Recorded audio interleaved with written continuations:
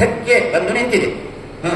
ಬಂದು ನಿಂತಿದೆ ಅಷ್ಟೇ ಅಲ್ಲ, 18 ದಿನಗಳ ಕಾಲ ಯುದ್ಧ ನಡಿಬೇಕು ಅಂತ ಹೇಳಿ ಪ್ರಾರಂಭವಾಗಿ ಈ ಹೊತ್ತಿಗೆ ಸುಮಾರು ಎಂತೆಂತಹ ಅತಿರಥ ಮಹಾರಥರೆಲ್ಲ ಪ್ರಾಣವನ್ನು ಕಳೆದುಕೊಂಡವರಾಗಿ ಭೀಷ್ಮರು ಯುದ್ಧ ಮಾಡಿ 10 ದಿನಗಳ ಕಾಲ ತಾನು ಯುದ್ಧ ಮಾಡ್ತೇನೆ ಎಂಬುದಾಗಿ ಮಾತು ಕೊಟ್ಟಂತೆ ಖಾಡಾಖಾಡಿಯಾಗಿ ಯುದ್ಧ ಮಾಡಿ ತಾವು ಮರಣಶಯ್ಯೆಯಲ್ಲಿದ್ದಾರೆ, ಶರಶಯ್ಯೆಯಲ್ಲಿ ಮಲಗಿದ್ದಾರೆ.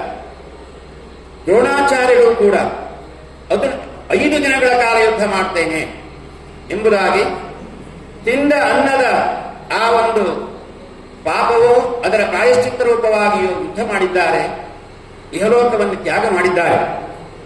ನಂತರದಲ್ಲಿ ಯಾರು ಕರ್ಣ ಬಂದಿದ್ದಾನೆ, ದುರ್ಯೋಧನ, ಅವನು ಆತ್ಮೀಯನಾದಂತಹ ಕರ್ಣ, ಅವನಿಗೆ ಪಟ್ಟ ಕಟ್ಟಬೇಕು ಎಂಬುದಾಗಿ ಭಾವಿಸಿ ನಿನ್ನೆ ಕಾಲ ಯುದ್ಧ ಮಾಡಿ ಹೋಗಿದ್ದಾನೆ ಕರ್ಣ.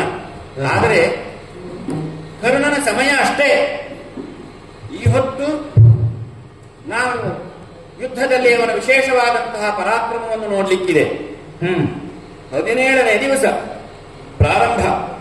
ಇವತ್ತು ನಾನು ಅರ್ಜುನನ ಸಾರಥಿಯಾದ ಪಾರ್ಥ ಸಾರಥಿ ಎಂದೆನಿಸಿ ನಾನು ಮತ್ತು ಎಲ್ಲ ಪರಿವಾರದೊಂದಿಗೆ ಧರ್ಮರಾಜನ ಅನುಮತಿಯಂತೆ ಅಪ್ಪಣೆಯಂತೆ ಯುದ್ಧಕ್ಕೋಸ್ಕರ ಬಂದವರಾಗಿದ್ದೇವೆ. ನಾನೀಗ ಅರ್ಜುನನ ಸಾರಥಿಯಾಗಿ ಬಂದಂತಹ ಈ ಸಂದರ್ಭದಲ್ಲಿ ಕೆಲವು ವಿಚಾರಗಳನ್ನ ಮುಂದೆ ಬರ್ತಾ ಇರುವಂತಹ ಈ ರಥವನ್ನು ನೋಡಿದಾಗ ನನಗೆ ಅನಿಸ್ತದೆ, ಸಾಮ ದಾನ ಭೇದ ದಂಡ 4 ಉಪಾಯಗಳಿವೆ.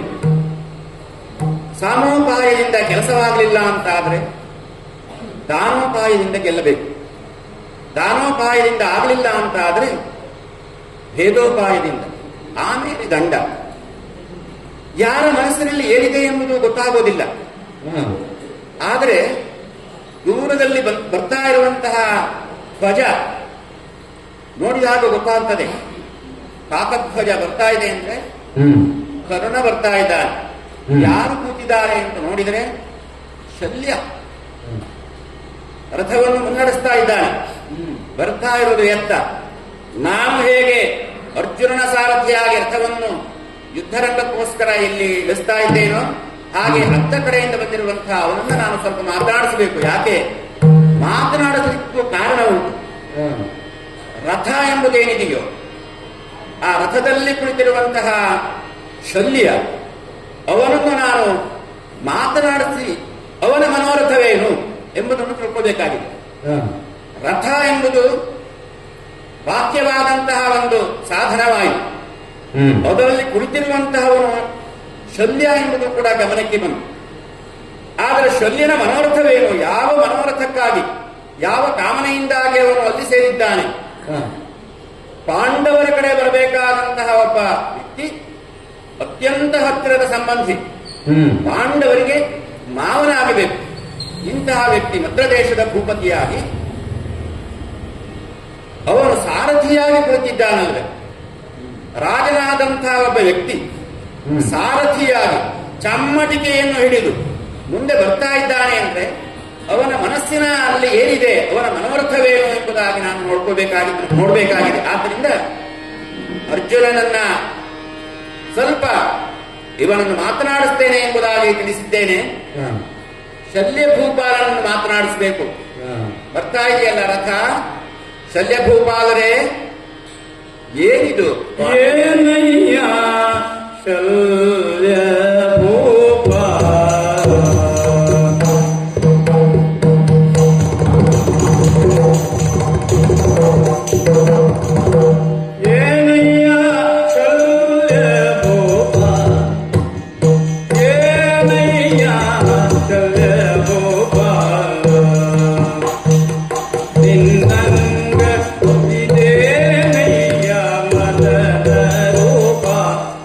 ನಿನ್ನ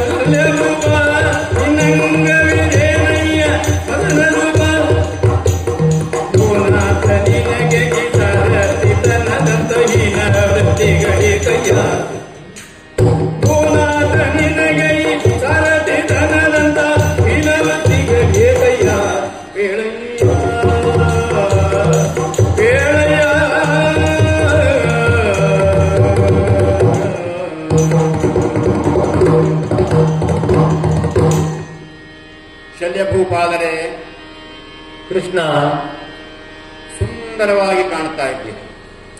ಹೌದು, ಎಷ್ಟು ಚಂದ.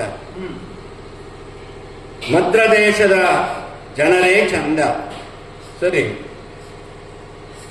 ಆ ಚಂದಕ್ಕೆ ತಕ್ಕಂತೆ ಆ ಸ್ಥಾನವೂ ಚಂದ. ಎಷ್ಟು ಚಂದವಾದಂತಹ ವ್ಯಕ್ತಿ ಯಾವ ಸ್ಥಳದಲ್ಲಿ ಇರಬೇಕೋ ಇಂಥವರು ನೀವು. ಭೂಪಾಲು ಎತ್ತರದಲ್ಲಿ ಕುಳಿತುಕೊಳ್ಳಬೇಕಾದಂತಹ ಒಬ್ಬ ವ್ಯಕ್ತಿ ಸಹಜವಾಗಿಯೇ ಚಂದ ಕಾಣ್ತಾನೆ. ಯಾಕೆ? ಭೂಪಾಲನಾದಂಥವನು ಶ್ರೀಮಂತಿಕೆಯಿಂದ ಕೂಡಿರುವನು. ಯಾಕೆಂದ್ರೆ ಭೂಮಿಯೇ ಸಂಪತ್ತಿಗೆ ಮೂಲ.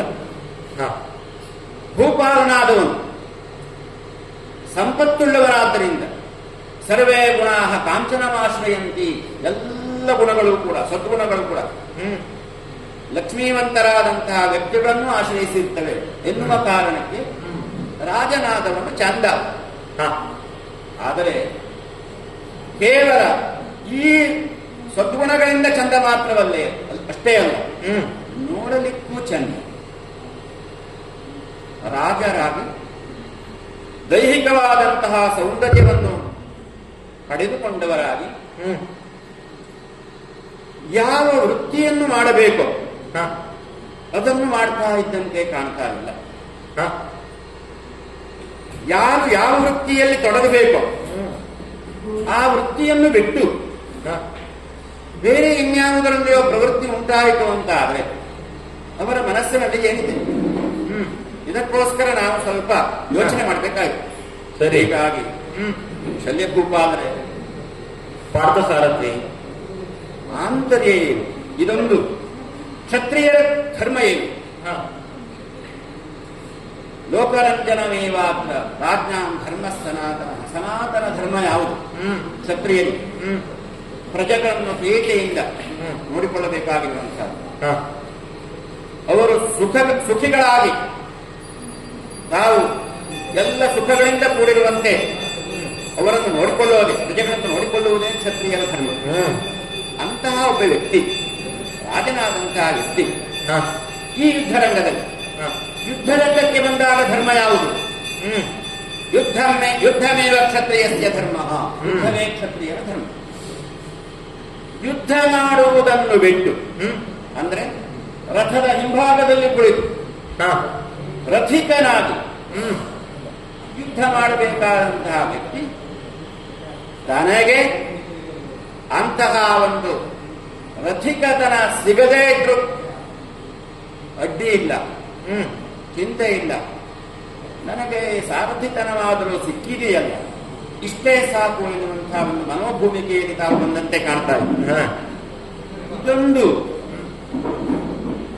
ವೃತ್ತಿಯಲ್ಲಿ ಒಂದು ಹೀನ ವೃತ್ತಿ ಅಂತ ಹೇಳಿ, ಅಂದ್ರೆ ಯಾವ ವೃತ್ತಿಯಲ್ಲಿ ಹೀನ ಮತ್ತು ಶ್ರೇಷ್ಠ ಎಂಬುದು ಇಲ್ಲ ಅಂತಾದರೂ ಕೂಡ ಆ ಜಾಗಕ್ಕೆ ಆ ಕರ್ತವ್ಯವನ್ನು ನಿಭಾಯಿಸಬೇಕಾದಂತಹ ಒಬ್ಬ ವ್ಯಕ್ತಿಗೆ ಒಂದು ತಾರತಮ್ಯ ಜ್ಞಾನ ಅಂತ ಇದೆಯಲ್ಲ, ಆ ದೃಷ್ಟಿಯಿಂದ ಶಲ್ಯಭೂಪಾಲರೇ ಕೃಷ್ಣ ಏನಿದು ಈ ಸೌಂದರ್ಯಕ್ಕೂ ಈ ವೃತ್ತಿಗೂ ಒಂದಕ್ಕೊಂದು ಸಂಬಂಧ ಕಾಣ್ತಾ ಇಲ್ಲ. ಒಂದು ಕಾಲದಲ್ಲಿ ನೀವು ಏನಾಯ್ತು? ಬರಬೇಕಾದಂಥವ್ರು ಪಾಂಡವರ ಕಡೆ, ಅದು ಏನು ಕರ್ಮ, ಬರಬೇಕಾದಂತಹ ಸ್ಥಳಕ್ಕೆ ಬರದೆ ಎಲ್ಲೋ ಹೋಗಿ ಸೇರ್ಕೊಂಡ್ರು ಚಿಂತೆ ಇಲ್ಲ. ವಿಧಿ, ಈ ಪ್ರಪಂಚವು ಒಂದು ನಿಯತಿಗೆ ಒಳಪಟ್ಟಿದೆ. ಯಾರು ತಾವು ಅಂದುಕೊಂಡಂತೆ ಈ ಪ್ರಪಂಚ ಸಾಗೋದಿಲ್ಲ. ಆದ್ರೆ ಅಲ್ಲಿ ಹೋದ ಮೇಲೆ ಯಾಕೆ ಇಷ್ಟೊಂದು ಈ ಮಟ್ಟ ಕಡಿಮೆ ಆಯಿತು? ರಾಜರಾಗಿ ತಮಗೆ ಸಲ್ಲಬೇಕಾದಂತಹ ಒಂದು ಗೌರವ ಸಿಗಲಿಲ್ಲವೋ ಹೇಗೆ? ಯಾವ ಕೆಲಸ ಸಿಕ್ಕಿದರೋ ಸರಿ, ನಾನು ಮಾಡಬೇಕು ಇಂತಹ ಪರಿಸ್ಥಿತಿ ಬಂತು ಎಂಬ ಭಾವನೆಯೋ ಹೇಗೆ? ನನಗೆ ಪ್ರತ್ಯಕ್ಷ ಎದುರಾದಾಗ ಈಗ ನಿಮ್ಮನ್ನೇ ಕೇಳ್ಬಿಡ್ಬೇಕು, ನಿಮ್ಮ ಮನಸ್ಸಿನಲ್ಲಿ ಏನಿದೆ ಎಂಬುದಾಗಿ ಅನಿಸ್ತು. ಅದಕ್ಕಾಗಿ ಸರಿ, ಮುಖಾಮುಖಿಯಾಗಿ ಕೇಳುವಂತಹ ಒಂದು ಅವಕಾಶ ಪ್ರಾಪ್ತವಾದ ಇದನ್ನು ಕೇಳೋಣ ಅಂತ ಅನಿಸ್ತು. ಶಲ್ಯರಾಜ, ಕೃಷ್ಣ ಸಮಾಚಾರ, ಈ ರೀತಿ ಬಂದಿದ್ದೀರಲ್ಲ, ನಮಗೆ ನಿರೀಕ್ಷೆ ಇರಲಿಲ್ಲ ನಿಮ್ಮ ಈ ರೀತಿಯ ಆಗಮನ. ಹೇಳೋಣ. ಆದಿಯಿಂದ ತೊಡಗಿ ಇಲ್ಲಿಯ ತನಕ ನಿನ್ನ ಮಾತನ್ನು ಕೇಳುತ್ತಾ ಹೋದರೆ ಸಕಲರ ಸಂಕಟಗಳನ್ನು ಈಡೇರಿಸುವ ದೇವರಿಗೆ ಸಂಕಟ ಒದಗಿತ್ತು ಹೇಗೆ ಅನಿಸ್ತಾ ಉಂಟು ಈಗ? ದೇವ, ನಾನು ಇಲ್ಲಿ ಇದ್ದುದರಿಂದಲೂ ನಿನಗೆ ಸಂಕಟ ಬಂದಿತ್ತು. ಸಂಕಟ ಅಂತಲ್ಲ, ಮನಸ್ಸಿನಲ್ಲಿ ಏನಿದೆ ತಿಳ್ಕೊಳ್ಳುವಂತಹ ಒಂದು ಕುತೂಹಲ ಹೇಳ್ತೇನೆ, ಕೇಳು.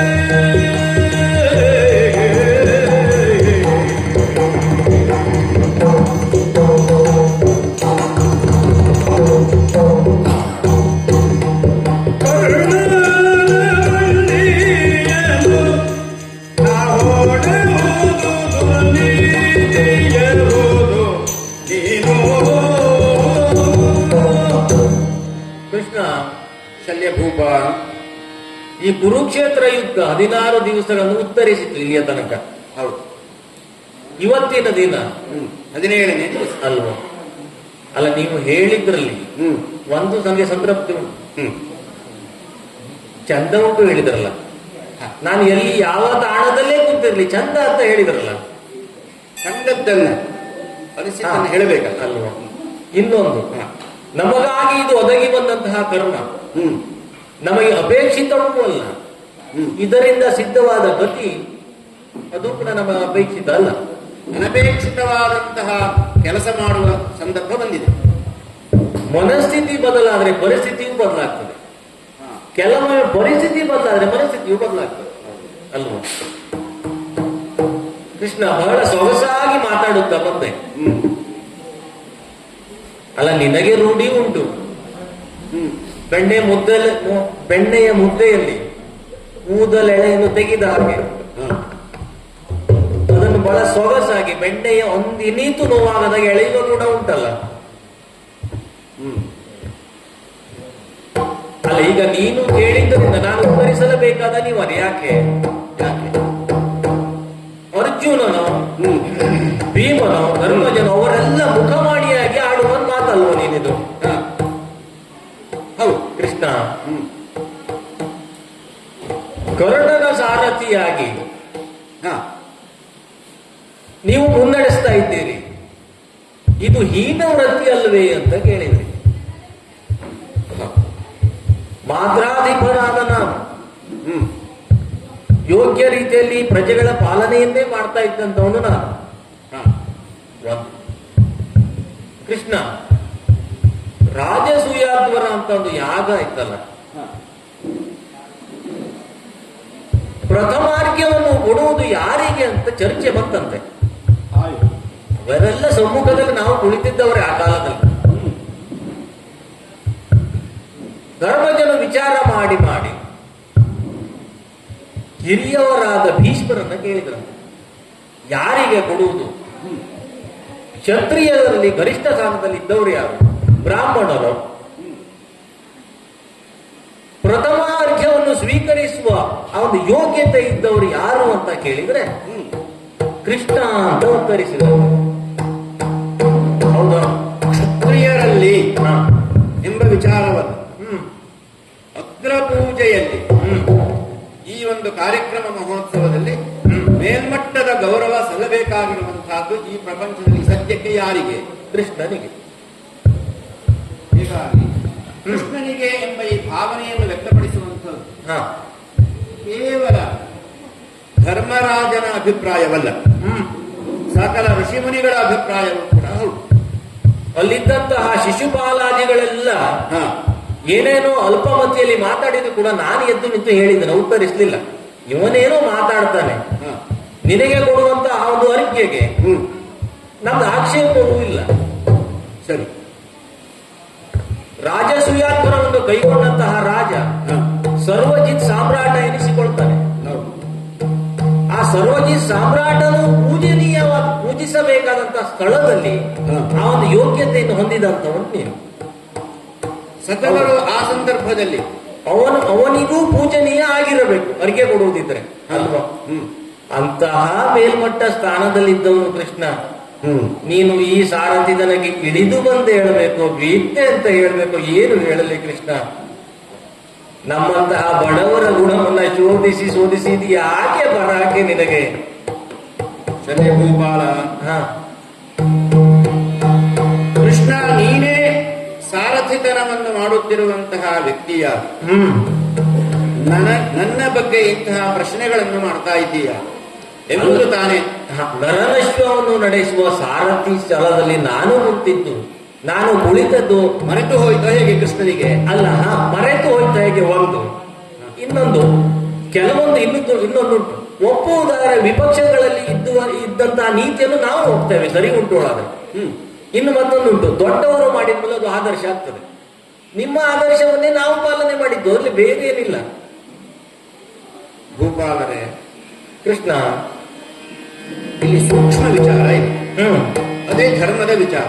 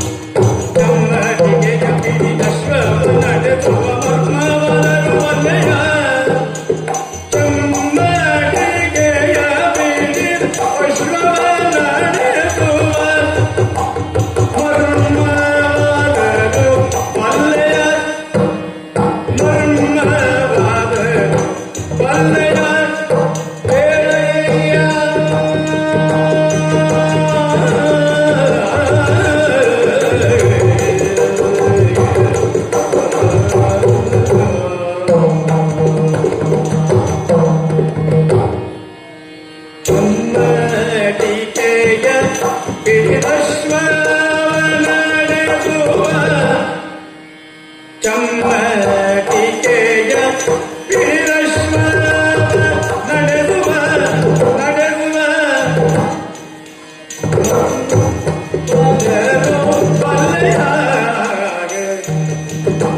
ಮರ್ಮ ಮರ್ಮವಾದರು ಬಲ್ಲೆಯ ಚಮ್ಮಟಿಕೆಯ ಪಿಡಿರಶ್ವ ನಡೆದು ಮರ್ಮವಾದರು ಬಲ್ಲೆಯ ಬೇಳೆಯ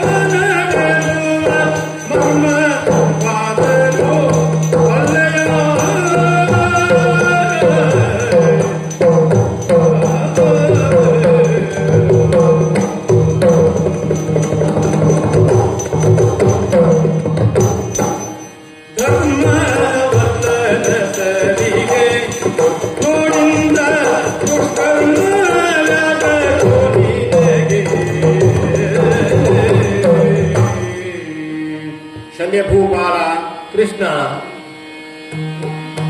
ನೀನು ನನ್ನ ಗುಣಾವಗುಣಗಳನ್ನು ಶೋಧಿಸುವಂಥವನು. ನೀನು ಯಾಕೆ ಈ ವೃತ್ತಿಯಲ್ಲಿದ್ದೀಯ, ಸಾರಥಿಯಾಗಿದ್ದೀಯಾ ಎಂಬುದಾಗಿ ಮರುಪ್ರಶ್ನೆಯನ್ನು ಹಾಕಿದ್ದೀಯ. ಭೂಪಾಲರಾಗಿ ಅಲ್ಲ, ಈ ದೇವರ ಗುಣ ಶೋಧಿಸುವ ಹಾಗಿಲ್ಲ. ದೊಡ್ಡ ಜನ ದೊಡ್ಡವರು ಪೂಜನೀಯ ಸ್ಥಾನದಲ್ಲಿ ಇದ್ದವರು, ಅವರ ನಡೆದ ರೀತಿಯ ನಮಗೆ ಆದರ್ಶ ಆಗ್ತದೆ ಅಂತ ಆಗ್ತದೆ. ಹೌದು. ಈಗ ಇಷ್ಟೊಂದು ಜನ ಕೇಳುತ್ತಾ ನೋಡುತ್ತಾ ಇದ್ದಾರೆ. ಎಲ್ಲರಿಗೂ ಎಲ್ಲರನ್ನು ಕೇಳುವಂತಹ ಒಂದು ಅವಕಾಶವಾಗಲಿ ಪ್ರಾಪ್ತವಾಗುವುದಿಲ್ಲ, ಯೋಚಿಸುವಂತಹ ಸಾಮರ್ಥ್ಯವೂ ಇರುವುದಿಲ್ಲ. ಹೀಗಾಗಿ ಮತ್ರ ದೇಶದ ಒಡೆಯನಾದಂತಹ ಮತ್ರ ರಾಜರನ್ನು, ಭೂಪತಿಯನ್ನು ಕೇಳುವಂತಹ ಅವಕಾಶ ನನಗೆ ಸಿಕ್ಕಿದೆ, ಪ್ರಾಪ್ತವಾಗಿದೆ. ಆದ್ದರಿಂದ ಕೇಳ್ತಾ ಇದ್ದೆ. ನಿನ್ನ ದೊಡ್ಡ ಗುಣ ಕೃಷ್ಣ ಇದು. ಈಗ ಗುಣಾವಗುಣಗಳನ್ನು ಶೋಧಿಸುವ ನಿನ್ನ ವೃತ್ತಿ ಇನ್ಯಾವುದು ಅಂತ ಪ್ರಶ್ನೆಗಳಿಗೆ ಮರುಪ್ರಶ್ನೆಯೇ ಉತ್ತರವಾಗುವುದಿಲ್ಲ. ಪ್ರಶ್ನೆಗೆ ಪ್ರಶ್ನೆಯೇ ಉತ್ತರವಾಗುವುದಿಲ್ಲ, ಅದಕ್ಕೆ ಉತ್ತರ ಸಮಂಜಸವಾಗಲು ಬೇಕಾಗುತ್ತದೆ. ಹೀಗಾಗಿ ನಾನು ಧರ್ಮದ ವಿಚಾರವನ್ನೇ ಹೇಳಬೇಕಾಗಿದೆ. ಧರ್ಮ ಏನು? ಯತಃ ಅಭ್ಯುದಯ ನಿಶ್ರೇಷ ಸಿದ್ಧಿ ಧರ್ಮ. ಯಾವುದರಿಂದ ಮನುಷ್ಯನಿಗೆ ಒಳ್ಳೆಯದಾಗ್ತದೆ, ಏಳಿಗೆ ಆಗ್ತದೆ, ಯಾವುದರಿಂದ ಮೋಕ್ಷ ಪ್ರಾಪ್ತಿ ಆಗುತ್ತದೆ, ಅದಕ್ಕೆ ಧರ್ಮ ಅಂತ ಹೆಸರು. ಧರ್ಮದ ಸೂಕ್ಷ್ಮ ವಿಚಾರ ಇದೆ. ಕ್ಷತ್ರಿಯನಾದಂತಹ ಒಬ್ಬ ವ್ಯಕ್ತಿ ಪ್ರಜಾಪಾಲನೆ ಮಾಡಬೇಕಾಗಿರುವಂತಹದ್ದು ಆ ಸ್ಥಳದಲ್ಲಿ ಇದ್ದಂಥವರು. ಎಷ್ಟೋ ಜನ ಕ್ಷತ್ರಿಯ ಭೂಪಾಲರಿದ್ದಾರೆ ಪ್ರಪಂಚದಲ್ಲಿ, ಅವರಿಗೆ ಅಂತಹ ಅವಕಾಶವೇನು ಒದಗಿ ಬರೋದಿಲ್ಲ. ಒದಗಿರುವಂತಹ ಒಬ್ಬ ವ್ಯಕ್ತಿ ತಾನು ಮಾಡಬೇಕಾದಂತಹ ಕರ್ತವ್ಯವನ್ನ ಬಿಟ್ಟು ತಾನು ಬೇರೆ ಕೆಲಸವನ್ನು ಮಾಡ್ತಾ ಇದ್ದಾನೆ ಅಂತ ಆದ್ರೆ, ತನ್ನ ಕರ್ತವ್ಯವನ್ನು ನಿಭಾಯಿಸದೆ ಬೇರೆ ಕೆಲಸವನ್ನು ಮಾಡ್ತಾ ಇದ್ದಾನೆ ಅಂದ್ರೆ ಅದು ದುಷ್ಕರ್ಮ ಆಗ್ತದೆ. ರಾಜನಾದಂಥವನ ಕರ್ತವ್ಯ ಏನು? ರಥಿಕನಾಗಿ ಬರಲಿ, ಅನೇಕ ವಿದ್ಯೆಗಳನ್ನ, ಚತುಷ್ಷಷ್ಟಿ ಕಲೆಗಳಲ್ಲಿ ನಿರತನಾಗಿರುವಂತಹದ್ದು, ಅದನ್ನ ಅಭ್ಯಾಸ ಇಟ್ಕೊಳ್ಳುವಂತಹದ್ದು, ಅಧ್ಯಯನ ಮಾಡುವಂತಹದ್ದು ಕ್ಷತ್ರಿಯರ ಕರ್ತವ್ಯವೋ ಆಸಕ್ತಿಯೋ ಇರಬಹುದಾದರೂ ಕೂಡ ವಿದ್ಯೆ ಗೊತ್ತಿದೆ ಎಂದು ಮಾತ್ರಕ್ಕೆ ಅದನ್ನು ಮಾಡುವಂತಹದ್ದು ಸಮಂಜಸವಾಗುವುದಿಲ್ಲ. ಇನ್ನು ತಾನು ಈ ವೃತ್ತಿಯಲ್ಲಿದ್ದೇನೆ, ನೀನು ಯಾಕೆ ವೃತ್ತಿಯ ಎಂಬ ಪ್ರಶ್ನೆಗಾಗಿ ನಿನ್ನ ಒಂದು ಆಕ್ಷೇಪ ಇದೆ ಎಂಬ ಪ್ರಶ್ನೆ ಇದೆ. ಆಕ್ಷೇಪ ಅಲ್ಲ, ಕೇಳಿದ್ದೆ. ಹೌದು. ಕೃಷ್ಣ ಯಾರು, ಶಲ್ಯ ಯಾರು ಲೋಕಕ್ಕೆ ಗೊತ್ತು. ಕೃಷ್ಣನಿಗೂ ಒಬ್ಬ ರಾಜ ಇದ್ದಾನೆ, ಅಣ್ಣ ಇದ್ದಾನೆ, ಬಲಭದ್ರ. ಅಷ್ಟೇ ಅಲ್ಲ, ಅಣ್ಣನ ಆಣತಿಯಂತೆ ಕೃಷ್ಣ ನಡೀತಾನಂತಾದ್ರೂ ಅಣ್ಣ ತಮ್ಮಂದಿರಿಬ್ಬರಿಗೂ ಕೂಡ ಮಹಾರಾಜನಾಗಿದ್ದಂಥವನು ಉಗ್ರಸೇನ ಮಹಾರಾಜರಿದ್ದಾರೆ. ಹೀಗಾಗಿ ಸಹಜವಾಗಿ ರಾಜರಿಗೆ ಪ್ರಧಾನವಾದಂತಹ ಕರ್ತವ್ಯ ಯಾವುದು ಎಂಬ ವಿಚಾರ ಬರುತ್ತದೆ. ಮದ್ರ ದೇಶದ ಒಡೆಯ ಯಾರು? ಶಲ್ಯಭೂಪಾದರು. ಅವರ ಕರ್ತವ್ಯವೇನು? ಪ್ರಜಾರಂಜನೆ. ಇಲ್ಲಿ ಬರ್ತದೆ ವಿಷಯ. ಆಮೇಲೆ ನಾನು ಈ ವೃತ್ತಿಗೆ ಇಳಿಯಬೇಕಿದ್ರೆ ನಾನು ಮೊದಲೇ ಮಾತು ಕೊಟ್ಟಿದ್ದೇನೆ. ನನ್ನನ್ನು ಪ್ರಾರ್ಥಿಸಿದಾಗ ಈ ಕುರುಕ್ಷೇತ್ರ ರಣಾಂಗಣದಲ್ಲಿ ಏನು ಯುದ್ಧ ನಡೆಯಲಿಕ್ಕಿದೆಯೋ ಇದರಲ್ಲಿ ನಿಮ್ಮ ಸಹಾಯ ಸಿಗಬೇಕು ಎಂಬುದಾಗಿ ಪಾಂಡವರ ಪ್ರಾರ್ಥನೆ ಬಂದಾಗ ಅವರಿಗೆ ಮೊದಲೇ ಹೇಳಿದ್ದೇನೆ, ಅಯುಧ್ಯಮಾನ, ನಾನು ಯುದ್ಧವನ್ನೇ ಮಾಡದೇ ಇರುವಂತಹ, ಶಸ್ತ್ರವನ್ನೇ ಧರಿಸದೇ ಇರುವಂತಹ ನಾನು ಒಂದು ಕಡೆ, ನಮ್ಮ ಬಲರಾಮನಿಂದ ಅಣ್ಣನಾದಂತಹ ಯಾದವ ಸೇನೆ ಬಲರಾಮನೊಂದಿಗೆ ಸಂದರ್ಭಕ್ಕೆ ಅನುಗುಣವಾಗಿ ಅವರು ಬರಲಿಲ್ಲ ಇಟ್ಟು, ಆದರೆ ಯಾದವಿ ಸೇನೆ ಅದು ಒಂದು ಕಡೆ. ಈ ರೀತಿ ಹೇಳಿದಾಗ ಅರ್ಜುನ ನನ್ನನ್ನೇ ಆಯ್ಕೆ ಮಾಡಿಕೊಂಡಿದ್ದ. ನಾನು ಈ ಕೆಲಸಕ್ಕಾಗಿಯೇ ಅವನಿಗೆ ಒದಗಿ ಬಂದವರು. ಮೊದಲೇ ಹಾಗೆ ಒಪ್ಪಂದ ಅಂದ್ರೆ ಆ ರೀತಿಯಲ್ಲಿಯೇ ನಾನು ಬಂದಿರುವಂತಹ. ನೀವು ಹಾಗೇನಾದ್ರೂ ಬಂದಿರುವುದು ನಿಜವೇ? ಹಾಗೇನಾದ್ರೂ ಇದ್ರೆ ಅದು ಕ್ಷತ್ರಿಯತನಕ್ಕೆ ಶೋಭೆಯಾಗುವಂತಹ ಮಾತು ಕೂಡ ಅಲ್ಲ. ಅಷ್ಟೇ ಅಲ್ಲ, ಧರ್ಮದ ವಿಚಾರ. ರಥಿಕನಾಗಿ ಬರಬೇಕಾದಂತಹ ನೀನು ಈ ಚಮ್ಮಟಿಕೆಯನ್ನು ಹಿಡಿದು ಸಾರಥಿ ಯುದ್ಧವನ್ನು ಮಾಡುವವರಲ್ಲ, ಯುದ್ಧಕ್ಕೆ ಪೂರಕರಾದವರು, ಬುದ್ಧಿಯ ಸ್ಥಾನದಲ್ಲಿ ಇರಬೇಕಾದಂಥವನು. ಬುದ್ಧಿಂತು ಸಾರಥಿಂ ವಿದ್ಧಿ, ಆತ್ಮಭೂತವಾಗಿ ಆತ್ಮಾನಂ ರಥಿನಂ ವಿದ್ಧಿ ಎಂಬುದಾಗಿ ಹೇಳ್ತದೆ. ಅದಕ್ಕಾಗಿ ಸಾರಭೂತನಾದಂತಹ ಒಬ್ಬ ವ್ಯಕ್ತಿ ಅಸಾರವಾದಂತಹ ಯಾವ ಕೆಲಸವಾದರೂ ಸರಿ, ಈ ರೀತಿ ಯಾವ ಪ್ರಪಂಚದಲ್ಲಿ ಯಾವುದು ಕರ್ಮದಲ್ಲಿ ವ್ಯತ್ಯಾಸ ಅಲ್ಲ, ಆದ್ರೆ ಯಾರು ಏನನ್ನು ಮಾಡ್ತಾ ಇದ್ದಾರೆ, ಮಾಡಬಾರದ ಕೆಲಸವನ್ನು ಮಾಡ್ತಾ ಇದ್ದಾರೆ ಎಂಬುದು ಬರ್ತದೆ. ಆವಾಗ ಅದು ದುಷ್ಟ. ಒಂದು ವಸ್ತು ಯಾವ ಸ್ಥಳದಲ್ಲಿ ಇರಬೇಕು ಅದು ಅಲ್ಲಿ ಇದ್ರೆ ಅದು ಕಸ ಎಂಬುದಾಗಿ ಅನ್ಸ್ಕೊಳ್ಳೋದಿಲ್ಲ, ರಸವೇ ಸರಿ. ಆದ್ರೆ ಬೇಡದೇ ಇರುವಂತಹ ವಸ್ತು ಅದು ಎಲ್ಲಿ ಇರಬೇಕು ಅಲ್ಲಿ ಇಲ್ಲದೆ ಅದು ಬೇಡದ ಸ್ಥಾನದಲ್ಲಿ ಇದೆ ಅಂತ ಆದ್ರೆ ಅದಕ್ಕೆ ಗೌರವವೂ ಪ್ರಾಪ್ತವಾಗಿಲ್ಲ ಅಂತ ಅರ್ಥ. ಅದು ಅಲ್ಲಿಗೆ ಕಸ ಎಂಬುದಾಗಿ ಹೇಳಿಸ್ಕೊಳ್ತದೆ. ಹೀಗಾಗಿ ಏನಾದ್ರೂ ಸರಿ, ನಾನು ಇಲ್ಲಿ ಈ ಪಕ್ಷಕ್ಕೆ ಬಂದುಬಿಟ್ಟಿದ್ದೇನೆ, ನನಗೆ ಈ ವೃತ್ತಿಯಾದರೂ ಸರಿ ಎಂಬುದಾಗಿ ಒಂದು ಭಾವನೆಯೋ ಹೇಗೆ. ಇನ್ನು ನಮಗೆ ಇನ್ನೊಂದು ದೃಷ್ಟಿಯಿಂದ ನೋಡಿದರೆ ನಾವು ಗೋಗಳರು, ಗೋಪಾಲಕನಾಗಿ ಪಶುಗಳನ್ನು ಕಾಯುವಂತಹ ಜನ, ಸರಿ ಅಂದ್ರೆ ಆ ಒಂದು ಪರಂಪರೆಯಲ್ಲಿ ಜನಿಸಿದವರು. ಗೋ ಶಬ್ದಕ್ಕೆ ಬಹಳಷ್ಟು ಅರ್ಥ ಇದೆ.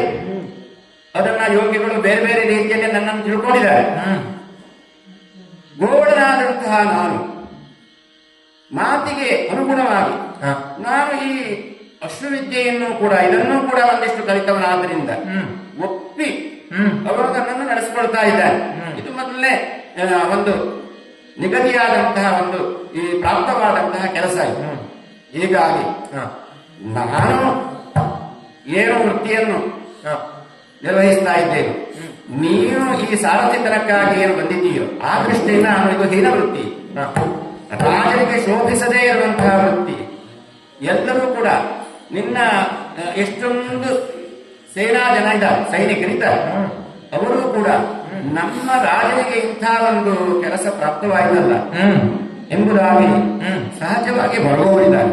ಅಷ್ಟೇ ಅಲ್ಲ, ನನಗೂ ಕೂಡ ಹಾಗೆ ಅನಿಸಿದೆ. ಇದನ್ನು ಬಿಟ್ಟರೆ ಧರ್ಮದ ವಿಚಾರ ಇದ್ದದ್ರಿಂದ ಇದನ್ನು ಕೇಳ್ತಾ ಇದ್ದೆ. ಇನ್ನು ಅಭ್ಯುದಯ ಮತ್ತು ನಿಶ್ರೇಯಸ ಪ್ರಾಪ್ತವಾಗದೇ ಇರುವಂತಹದ್ದು. ಈಗ ನಾನು ನಿಮಗೆ ಜಯವನ್ನು ಪ್ರಾಪ್ತ ಮಾಡಿಕೊಡ್ತೇನೆ ಎಂಬುದಾಗಿ ಅವರಿಗೆ ನಾನು ಭರವಸೆಯ ಸ್ವಲ್ಪ ನನ್ನದೇ ಆದಂತಹ ಒಂದು ವಿಚಾರಗಳನ್ನು ಹೇಳಿದ್ದೇನೆ. ನೀನೇನಾದರೂ ಅವರಿಗೆ ಭರವಸೆ ಕೊಟ್ಟು ಬಂದಿದ್ದೀಯೋ ಅಥವಾ ಯಾಕಾಗಿ ಇಂತಹ ಒಂದು ಪ್ರಾಪ್ತವಾಯಿತು? ಪಾಂಡವರನ್ನ ಕಾಪಾಡ್ತೇನೆ ಅಂತ ಹೇಳಿ ಅವತ್ತಿನ ಕುಂಬಾರನ ಮನೆಯಲ್ಲಿ ಹೇಳಿದ್ದೆ ಅಂತ. ಹೌದು, ಮಮ ಪ್ರಾಣಾಹಿ ಪಾಂಡವ, ಪ್ರಾಣಭೂತರಾದಂತಹ ಅವರಿಗೆ ನಾನು ಭರವಸೆಯನ್ನು ಕೊಟ್ಟಿದ್ದೆ. ಇದರಲ್ಲಿ ಕೇಳುವುದು. ಹ. ಈಗ ಶಲ್ಯನ ಮೇಲೆ ಅನುಕಂಪವೋ ಅಥವಾ ಅಶ್ವವಿದ್ಯೆ ಗೊತ್ತಿಲ್ಲ ಅಂತಾನೋ, ಅಲ್ಲ ಧರ್ಮದ ಪ್ರಕಾರ ಇದು ಅಧರ್ಮ ಆಗ್ತದೆ ಅಂತಾನೋ ನಿನ್ನ ಹರಿ ಹರಿ ನಿನ್ನ